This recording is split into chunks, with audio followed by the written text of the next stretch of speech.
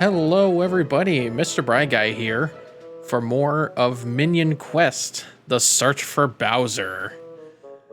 And it's a pretty exciting one because I have definitely prepared myself from that one fight against the trio. The Paraplonk, the Sergeant Guy, and Private Goomba. Or was it Private Goomba or Private Goompa? You probably have to check in, if I check the character real quick. I think it's just Private Goomp. Yeah. But I've been going up against those three, or in this case, they're clones, for a few days, and as you can see, by the amount of levels that I've gained for most of my characters, I have so many units of at least level 35, and I have like my maximum with Captain Goomba at level 50. But then I found out, I think it was yesterday, that I was digging into my amiibo box, and I do actually have all three of the amiibos available for this game. So the Goomba, the Koopa Troopa, and the Boo amiibos. Apparently they didn't even think about making a Shy Guy amiibo back then, because these three amiibos were supposed to be for, what was it, Mario Party Star Rush? Or something like that? Either that or some other Mario game back in the 3DS, or the Nintendo Switch. But if you register these three amiibos, you can get golden figures or golden characters of Goomba, Boo, and Koopa Troopa. And it seems like here that they are even more higher leveled than my original counterparts, with Koopa Troopa being the highest leveled. But Boo actually has the better stats. I think, yeah, he has like the mid HP, but he has more power than Goomba. I mean, they're in different levels too, so I would feel that Boo has higher power and higher HP than Koopa Troopa, but lower HP and lower defense than Goomba. But he has low spirit too, but he's the second fastest. But yeah, I've been going through that. I've been going through a lot of grinding. There was a lot of skills, like if we go through the records here, you can actually do a couple of skills here. So like, it gives you like a little benefit for a certain amount wow, I can't speak. For a certain formation or a certain team comp that you can do. So like, for example, melee mischief, that's if all of your units in the team are all melee troopers. Same thing for flying, same thing for ranged. Range to hind support, stuff like that. And then you get to ones that are very specific here. So like, go through a team of all Goombas, Paragoombas, every single Goomba family, Koopas and Dry Bones, all the Koopas, Hardshell Beetles, all the Hammer Bros, Shy Guys, Fly Guys, all Mask Squads, and apparently the Bandits are part of the Shy Guy family. Boos, scary characters, green shoes or green shells, red boots, explosions. This one has glorious mane, so like characters with funky hair. So there's Spike, there's Lemmy, Iggy, and Larry. But we don't have Lemmy yet. Round and Proud, which would have 2 Pokies and 2 Bob-Bombs, but you can also get Starlo and Chain Chomp, which I do believe in this next world is going to have Chain Chomp here. Yeah, there's Chain Chomp. Yeah. Charging Champ. Unstoppable when they're off their chains, difficult to control, and highly destructive. Fireball and Boomerang Crossfire.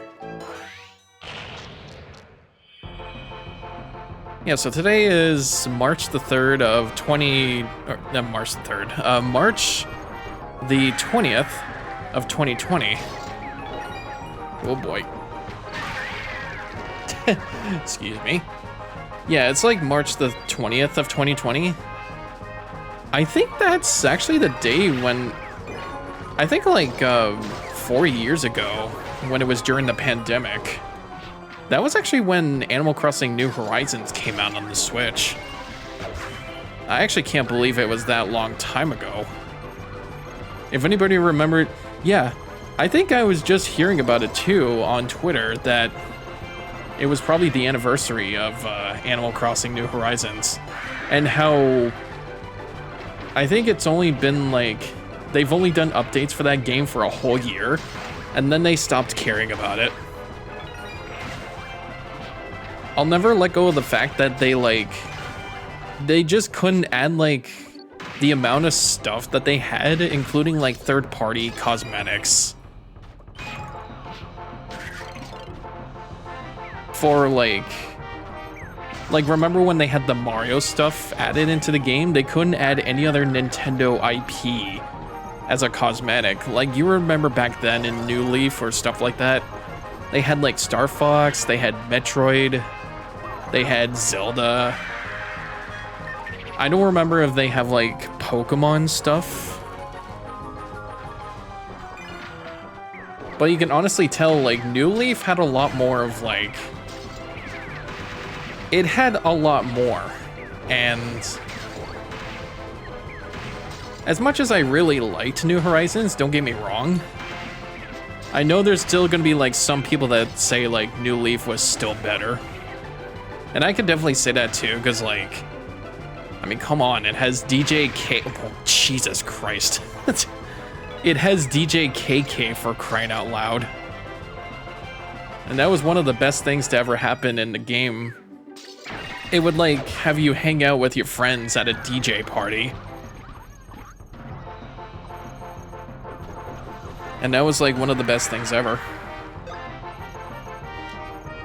I actually kind of wish I didn't sell those games too. I feel like I should get those back. Oh yeah, that reminds me too. I wanted to talk about the Easter eggs for this game too. That's like happened twice after every recording session, or after the 2 recording sessions that I did for this game. I was like, fuck, I almost forgot to talk about the Easter eggs in this game. Well, we're gonna do Chain Chomp and Spike Stomp next. Alright.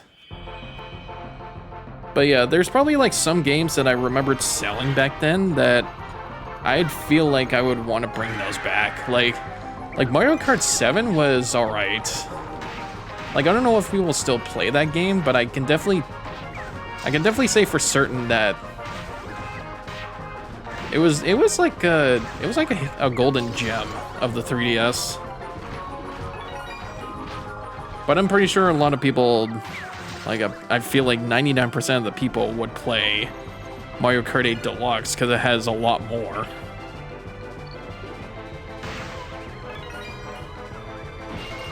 You can definitely see here too that I'm just not touching anything because I know that I'm like severely overleveled. As a matter of fact, I feel like I should have had most of these characters by at least a level 40, but I just wanted to continue. I feel like we're almost done with this game too. There's like Bowser episodes or like Bowser levels for this. And there's also the captain's training levels too that we passed by. They were like level 35 or something like that. But I'm pretty sure we're gonna get back to those later. But I guess for now, we're just gonna go and beat Fawful's ass. So it was Minion quest. The Search for Bowser. And I've been looking at this through the Mario Wiki, and I can't believe I didn't notice some of this stuff too.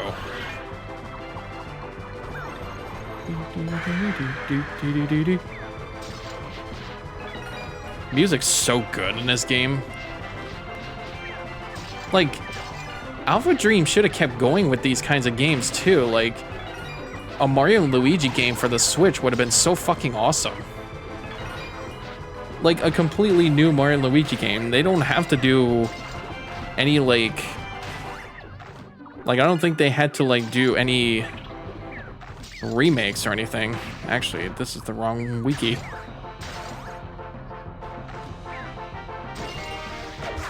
Get the fuck out of here. We did it. References to other games. Here we go. Yeah, there was like Easter eggs in this little add-on in Superstar Saga that I didn't even recognize. Besides Starlo that appeared in the Wendy's World chapter. Like, I thought Starlo wasn't supposed to appear until another 2 games, but I guess she starts somewhere, right? At the beginning. Super Mario Brothers, an arrangement of this game's death jingle is heard when getting a game over. Yeah, I don't think that's anything special, actually. Like, that just happens when you get a game over in Mario games. 3, the Koopalings reprise their roles. They also appear in the Minion Quest side mode, where Larry is a boss of the Plains world, Morton is the boss of the desert world, and Wendy is the boss of the water world, as they were in this game. Okay, so those 3 Koopalings share their same worlds in Super Mario Bros. 3. I get it now. Yellow cape can be seen on the coat rack in Mario's house. Actually, these could be like Easter eggs for both Superstar Saga and Minion Quest. I'm just looking at this through their own wiki here. Mario Golf and Mario Tennis. Mario's golf and tennis racket can be seen next to his bed. The Paper Mario series. The Goomba's Rocket Headbutt special skill in Minion Quest is similar to their head bonk move from these games, along with the head bonk Goombas from Super Paper Mario. I just thought, like, that's what they always do. Like, their head is strong. I feel like they just have hard heads. Pokey Panic. Sure.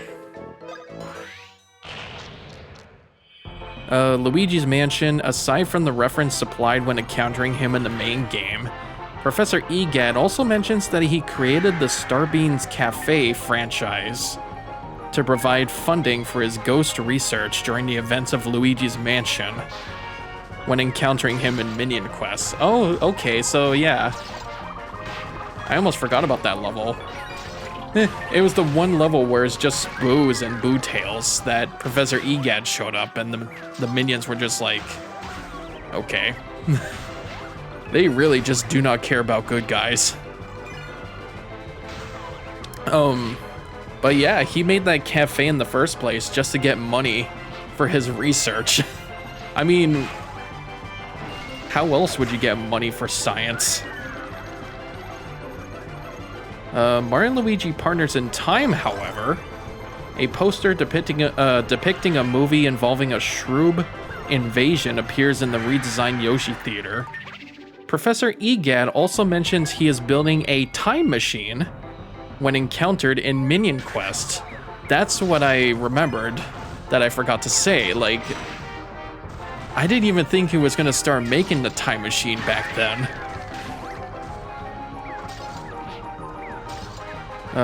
A picture of a Shroob saucer is seen in Mario and Luigi's house above the stairs. Okay. Super Mario Galaxy and Galaxy 2, Bomb Boos appear in the Minion Quest. Yep. Mario Kart Wii, a Wii wheel is shown under the stairs at Mario's house. Bowser's Inside Story. Dr. Toadley replaces Psycho Kamek, while Broke Monsieur, Broke Madame, and Brocky cameo on another poster, as well as Starlo and the Mech Awfuls also appear in Minion Quest. Okay. So I guess the Mech Awfuls are like they're like an enemy in this game, like in this side story that we have yet to see at the end of this. Oh boy. Luigi's Mansion Dark Moon. Yep. Professor Egad's theme is directly taken from this game. Yep. That's exactly from Dark Moon. Speaking of Dark Moon, though, isn't that like, I think that's coming out in like May. Wait, no. Correct me if I'm wrong. Correct me if I'm wrong. They call it Luigi's Mansion 2 HD now. They don't call it Dark Moon in the Switch version. It's gonna be like $80 for this too, and this was originally a 3DS game. Seems a little bit like they take one step forward and like 2 steps back or something like that. Like, they have their first game for the GameCube, and then the second one came out on the 3DS, and then had to remake the first game on the 3DS. So now the third Luigi's Mansion game came on the Switch, and now they're bringing the second game from the 3DS to the Switch. It's crazy when you think about it. Ooh. I don't think I want to do that just yet. This is Double Trouble Koopaling Caper. This has Mecha Koopas, Lemmy, and Ludwig. Those are the remaining Koopalings we have left to join. They use their small bodies to bomb and weave about, especially strong against charging chucks, but weak against bruisers. Oh, we haven't seen these guys in a while. Tanoombas. I don't think those are supposed to be recruitable.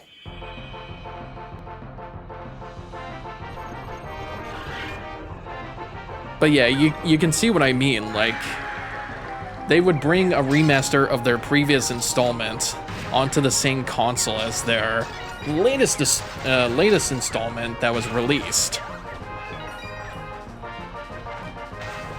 I mean, at the very least, they should have just bring the first game onto the Switch too.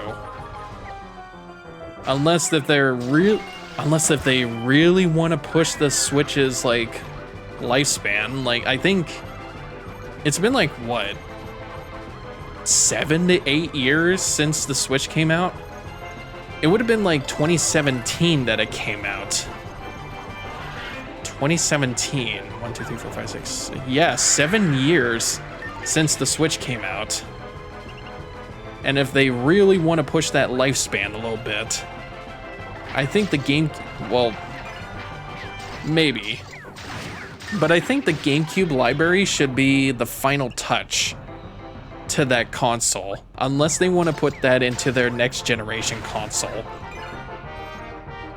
Like, I feel the GameCube library should be either the final touch to the Switch or a hardware upgrade into their next gen console. Because like, we could have backwards compatibility as well as virtual console. That needs to happen. They could have like their backwards compatibility for the Switch 1 games and their cartridges, and then just do like the Nintendo GameCube and maybe even the Nintendo Wii. Oh, what's happening? Oh, it's the bomb.